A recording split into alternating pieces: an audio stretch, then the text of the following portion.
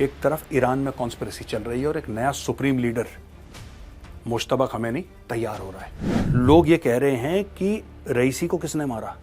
अब रईसी का नाम दोबारा आ रहा है, जो कि पहले जा चुका था पब्लिक डिस्कोर्स से, अब दोबारा वापस धीरे धीरे आ रहा है। क्या एक्चुअली खमेनी कोमा में है? क्या निपट चुका है? Nobody knows. और वहां पे जो बाइडेन कह रहा है कि 300 किलोमीटर की मारक क्षमता वाली मिसाइल्स, ओके गो अहेड, रूस को मारो। रूस को तो तुम मार दोगे, रूस की तरफ से जो पलटवार आएगा उसको कौन संभालेगा? ये बहुत बुरी तरीके से जो प्रॉब्लम है ये फैलने वाली है दोस्तों। व्हाइट वेस्टर्न कंट्री कभी भी इजराइल के खिलाफ नहीं जाएगी। जर्मनी इतनी राइट्स के बारे में बात करता है, जर्मनी इतनी ह्यूमन राइट्स के बारे में बात करता है, इतनी बात करता है जर्मनी के मुंह से मजाल निकल जाए इजराइल के खिलाफ कुछ। जब ये देख रहे थे कि हमास मार खा रहा है, तुम चुपचाप बैठते आराम से, किसी और दिन लड़ते। नहीं साहब, हम अभी लड़ेंगे, जिहाद फी सबिलिल्लाह। हमें आज खुजली हो रही है, मिटा दी इजराइल ने खुजली। यहाँ पे था कहीं पे, मारा मिसाइल इसको, मोहम्मद अफीफ को खत्म कर दिया इजराइल ने। ज़ेलेंस्की तो कह रहा है मैं लड़ने के लिए तैयार हूं, तुम मुझे पैसा दो मैं लड़ता रहूंगा। तुम मुझे पैसा दो, तुम मुझे हथियार दो, मैं रूस के खिलाफ लड़ूंगा।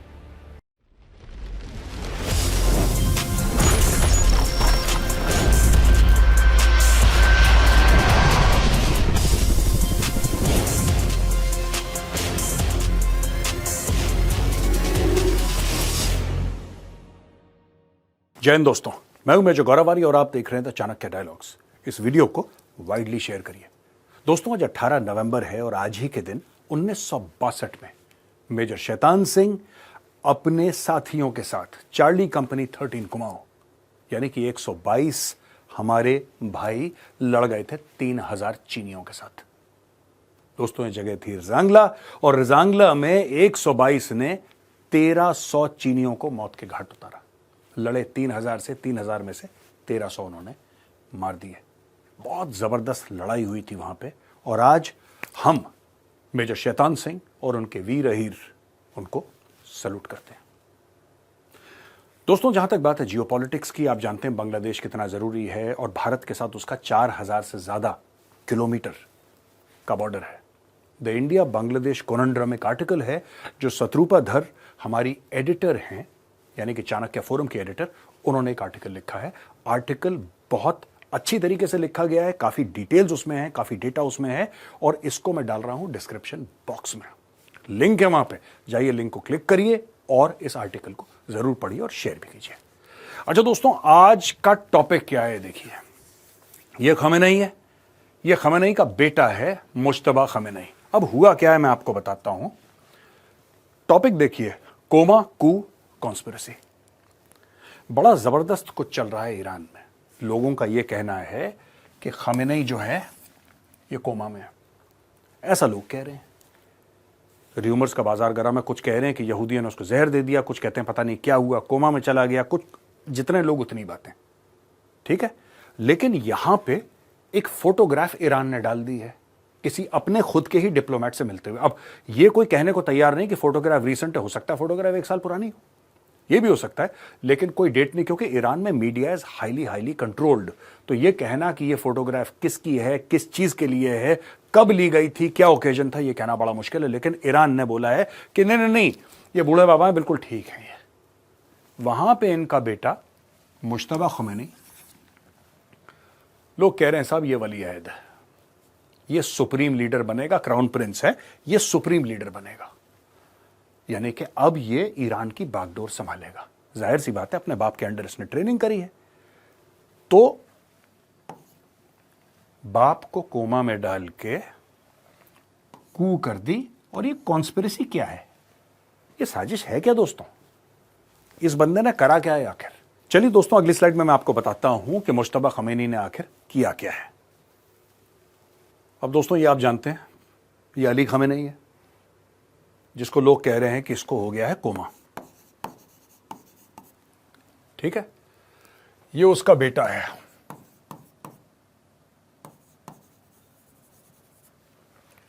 और ये इब्राहिम रईसी है जो कि ऑफ हो गया। याद है आपको इसकी स्टोरी? प्रेसिडेंट ऑफ ईरान एक हेलीकॉप्टर क्रैश में मरता है और 72 घंटे के अंदर ये लोग इंक्वायरी करके ये बोल देते हैं कि साहब ये जो बंदा है ना, वेदर की वजह से हेलीकॉप्टर क्रैश हो गया, स्टोरी खत्म हो गई। प्रॉपर इंक्वायरी करी ईरान ने। लेकिन इंक्वायरी किसी के साथ शेयर नहीं करी, ना मीडिया के साथ ना किसी और के साथ, चुपचाप अंदर करी, 72 घंटे के अंदर थैंक यू बोल के टाटा कर दिया। लोगों ने बात करना बंद कर दिया। Sitting president of Iran Ibrahim Raisi, sitting president मर जाता है, कोई बात ही नहीं करता, 1-2 दिन हलचल होती है, कहानी खत्म। अब लोग ये कह रहे हैं कि ये जो था इब्राहिम रईसी, ये लेना चाहता था इसकी जगह। समझ रहे हैं आप स्टोरी? अब आप समझ गए ना मैं क्या बोल रहा हूं? ये लेना चाहता था इसकी जगह, ये बनना चाह रहा था सुप्रीम लीडर। इसने बोला कि ये बंदा जो है ये तो मेरे पापा हैं, इसलिए देयरफॉर तुम्हारा थैंक यू मैं बोलता हूं। ऐसा लोग ईरान के अंदर बोल रहे हैं, ऐसे र्यूमर्स बड़े, जिसको कहते हैं कि पूरे उनके सोशल मीडिया पे। अच्छा, वहां पे सोशल मीडिया पे कंट्रोल बहुत जबरदस्त है, लेकिन फिर भी सोशल मीडिया पे लोग कुछ की अपनों ने धोखा, इस टाइप की बातें गोल गोल।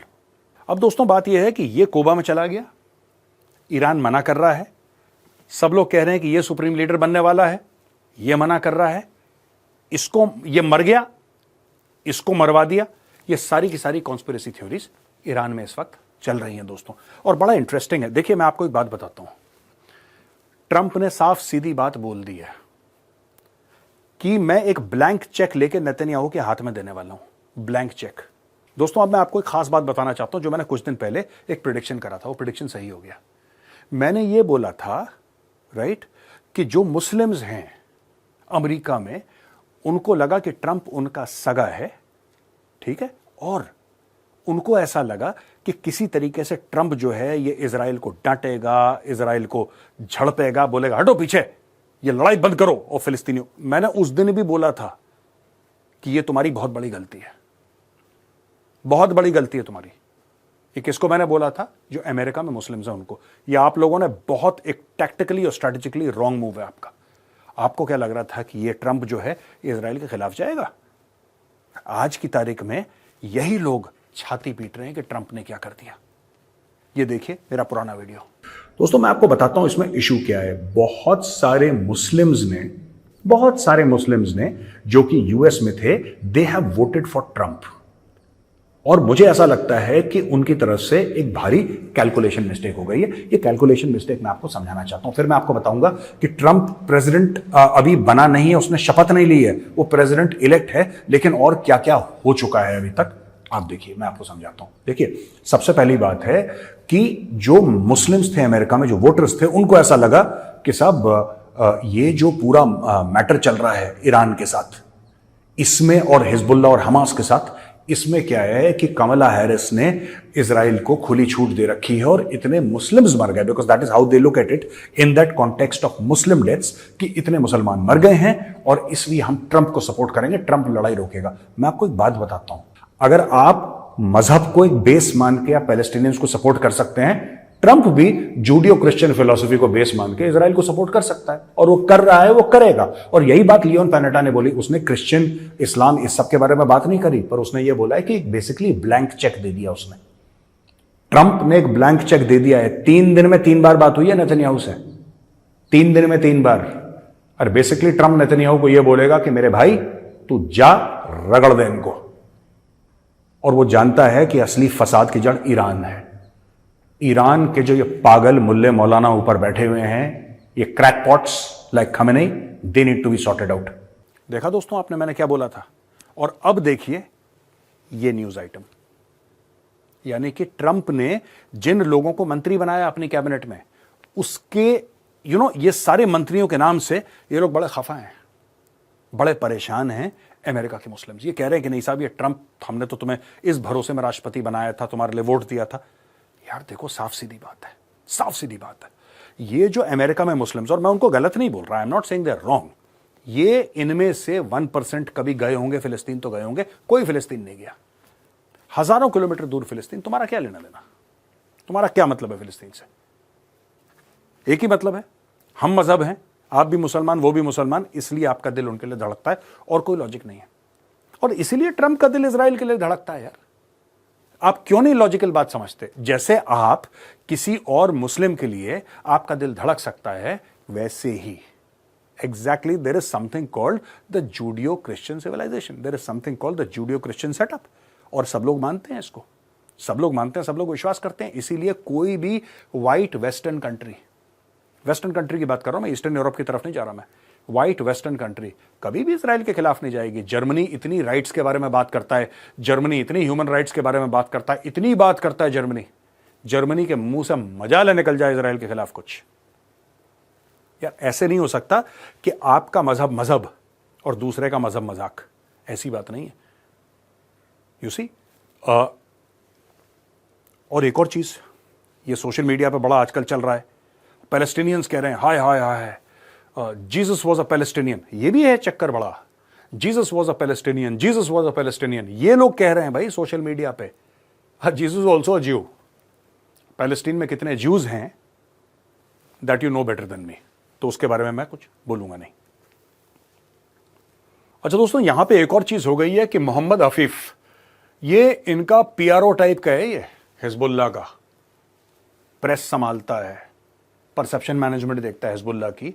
इजरायलियों को पता लगा कि ये कहीं छुपा हुआ है यहां पे, तो Lebanese branch of the Syrian bath party, रास अल नबा, सेंट्रल बेरूट, उसके हेडक्वार्टर में बैठा था ये बाथ पार्टी।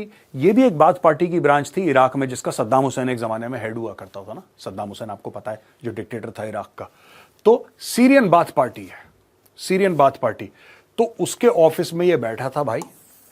ठीक है, इजरायलियों ने यहां से मारी मिसाइल और ये मिसाइल गई बेरूट, ये टपाक अटैक ऑफ। अच्छा, नॉर्मली क्या होता है कि जब ये पॉपुलेटेड एरियाज में मारते हैं इजरायली मिसाइल, तो बोल देते हैं कि साहब हम यहां पे बमबारी करने वाले हैं, जो आम लोग हैं निकल लो, यहां से निकल लो। इसके बारे में इजरायलियों ने कुछ नहीं बोला, चुप, एकदम शांत, चुपचाप। उनको इंटेलिजेंस मिला, उनको खुफिया खबर मिली कि ये मोहम्मद अफीफ है, हिजबुल्लाह का मेंबर है, इधर बैठा हुआ है, अंदर बैठा था, ये अंदर बैठा था, इनका एक हवाई जहाज गया, इसी के अंदर मारी मिसाइल, यहीं पे मारी मिसाइल। मोहम्मद अफीफ गॉन, खत्म कर दिया उसको वहीं पे। तो आज की तारीख में काफी वहां पे हलचल है, क्योंकि जिस तरीके से इजराइल ने एक एक करके हमास के लोगों को निपटाया है, अब इजराइल पड़ गया हिजबुल्लाह के पीछे। अच्छा, हिजबुल्लाह को भी ये उड़ता तीर वाली जो फिलॉसफी है ना, हिजबुल्लाह ने क्यों नहीं समझी यार। जब ये देख रहे थे कि हमास मार खा रहा है, तुम चुपचाप बैठते आराम से, किसी और दिन लड़ते, नहीं साहब हम अभी लड़ेंगे, जिहाद फी सबीलिल्लाह। हमें आज खुजली हो रही है, मिटा दी इजराइल ने खुजली, यहां पे था कहीं पे, अब यहां पे सिर्फ टूटी फूटी चीजें दिखाई दे रही हैं, टूटी फूटी, सब निपटा दिया। ये मारा मिसाइल, इसको मोहम्मद अफीफ को खत्म कर दिया इजराइल ने। अब दोस्तों, और भी जगह हैं जहां पे कॉन्फ्लिक्ट है, और ट्रंप के आने से ना काफी हलचल हो गई है, खास तौर से यूक्रेन और रशिया के बीच में। और जो बाइडन की सत्ता जाने वाली है, और जनवरी के एंड में वो हैंडओवर कर देगा ट्रंप को सत्ता, लेकिन उसके पहले उसने 2-4 ऐसी चीजें कर दी हैं, हमने पहले भी कवर करा था कि उसने पैसा दे दो, ये दे दो, वो कर दो, कोई बात नहीं 1 साल और लड़ेंगे, क्या ट्रंप आएगा पैसा रोकेगा, लेकिन तब तक मैं इतना पैसा दे चुका हूंगा कि यूक्रेन के पास पैसा होगा साल भर लड़ने के लिए। ये सारा का सारा ड्रामा जो बाइडन, एक और चीज जो बाइडन ने कर दी है दोस्तों। अभी तक जो अमेरिका ने परमिशन दी थी, या यूरोपियन देशों ने जो परमिशन दी थी, वो बोला था कि साहब जो भी हम हथियार तुम्हें देंगे, वो तुम जिसको कहते हैं ना कि अपने सेल्फ डिफेंस में इस्तेमाल करना, खुद को बचाने के लिए, या उसका रेंज बड़ा शॉर्ट था, 10 किलोमीटर, 15, 20, 25, 30, 40, इतना ही रेंज था। ज्यादा रेंज के इन्होंने हथियार इस्तेमाल करने को इनको अलाउ नहीं करा आज तक। लेकिन अचानक जो बाइडेन परमिट कर देता है ATACMS को इस्तेमाल करने के लिए, लॉकहीड मार्टिन का ये वेपन है, ये मिसाइल है, और ये 300 किलोमीटर की मारक क्षमता, यानी कि रूस के 300 किलोमीटर के अंदर, यानी कि रूस के डिवीजन हेडक्वार्टर्स होंगे, ब्रिगेड हेडक्वार्टर होंगे, बटालियन हेडक्वार्टर होंगे, उनके lines of communication and supply होंगे, स्ट्रेटेजिक इंस्टॉलेशंस होंगे, एम्युनिशन डंप होंगे, 10 चीजें होंगी, एयरफील्ड होंगी, हेलीपैड होंगे, जो भी होगा, मतलब उनका ट्रूप कॉन्सेंट्रेशन होगा। हर जगह ये लोग ये मिसाइल मार के रशिया को नुकसान पहुंचा सकते हैं, और ये चाह रहे हैं कि चीजें इतनी बढ़ जाएं कि मैटर खराब हो जाए। मैं आपको मैप पे समझाता हूं, आइए मेरे साथ। अब दोस्तों ये देखिए मैप, ये दोनों मैप एब्सोल्युटली सेम है, एंड एज ऑफ 1 मई 2024, ठीक है जी। अब ये देखिए, ये पहले मैं आपको समझा देता हूं मैप के बारे में। ये कुर्क्स है, ठीक है, ये खार्किव है, आप ये याद रखना बस, ठीक है। Just remember these 2 places, right, Kharkiv के बिल्कुल नॉर्थ में कुर्स्क है। बस आपको ये याद रखना है कि इसके उत्तर पे है। अब यहां पे देखिए, ये जो रेड वाला एरिया है, रेड वाला ये पूरा area, this is occupied by Russia. ठीक है, ये पर्पल टाइप का एरिया है, ये था ऑक्यूपाइड बाय रशिया बिफोर फरवरी 2022। 2022 की फरवरी में क्या हुआ था, 24 फरवरी को पुतिन के टैंक्स ने क्रॉस कर लिया। तो पहले से कुछ एरिया इन्होंने ऑक्यूपाई कर रखा था, और कुछ है ग्रे जोन जो कि कॉन्टेस्टेड है, वो बड़ा हल्का फुल्का यहां वहां कुछ छुटपुट है। ठीक है जी, दैट्स अबाउट इट। अब मैं आपको बताता हूं इसमें गेम क्या है। ये जो है कुर्स्क के एरिया में, विच इज इनसाइड रशिया, अब ये लोग बोलेंगे कि साहब ठीक है, यहां से आप डायरेक्टली इधर मिसाइल मारो। आप समझ गए? You have understood the game. मैं आपको बताता हूं।